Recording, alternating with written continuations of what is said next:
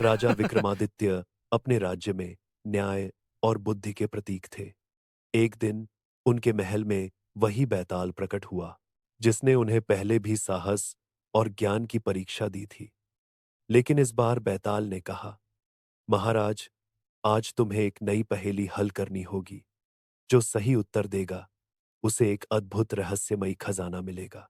राजा ने कहा, बैताल में तुम्हारी हर पहेली हल करूंगा। चलो। राजा विक्रमादित्य बैताल का पीछा करते हुए जंगल की ओर निकल पड़े।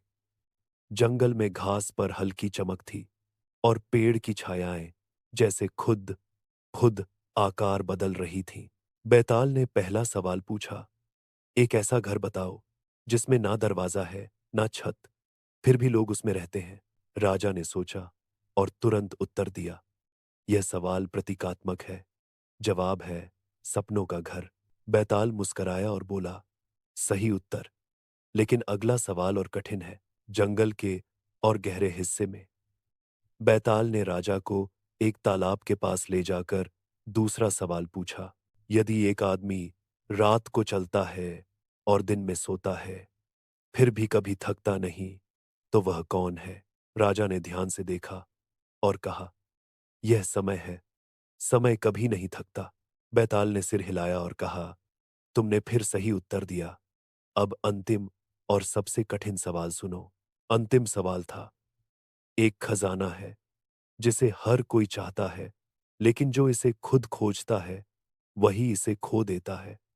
वह क्या है? राजा विक्रमादित्य कुछ देर शांत रहे। उन्होंने जंगल और अपने अनुभवों को याद किया। फिर उन्होंने मुस्कराते हुए उत्तर दिया, यह लोभ और अहंकार है। जिसे हम पाने के लिए मेहनत करते हैं वही अक्सर हमें बर्बाद कर देता है। बैताल बहुत प्रसन्न हुआ। उसने राजा को एक जादुई मार्ग दिखाया जहां खजाना छिपा था।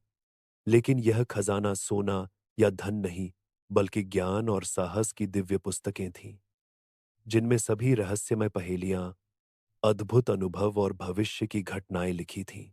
राजा विक्रमादित्य ने यह खजाना अपने राज्य में लाया और इसे न्याय, शिक्षा और बुद्धि के लिए इस्तेमाल किया।